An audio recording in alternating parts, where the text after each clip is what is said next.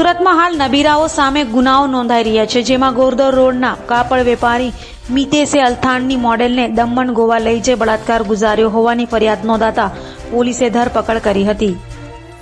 સુરતમાં ફરી બળાત્કારની ફરિયાદ નોંધાવા પામી છે। વાત એમ છે કે ગોરધર રોડ પર રહેતા કાપડ વેપારી મિતેશ જૈને અલથાણની મોડેલને ફોટો શૂટ કરવાના બહાને બોલાવી પ્રેમજાળમાં ફસાવી હતી।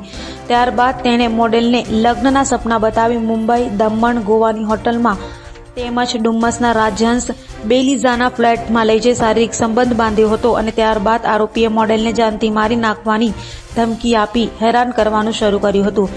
આખરે મોડેલે મિતેશ જૈન વિરુદ્ધ અલથાણ પોલીસ મથકમાં ફરિયાદ કરતા વધુ તપાસ અલથાણ પોલીસે ગુનો નોંધી આરોપી મિતેશ જૈનની ધરપકડ કરી કાયદેસરની કાર્યવાહી હાથ ધરી હતી।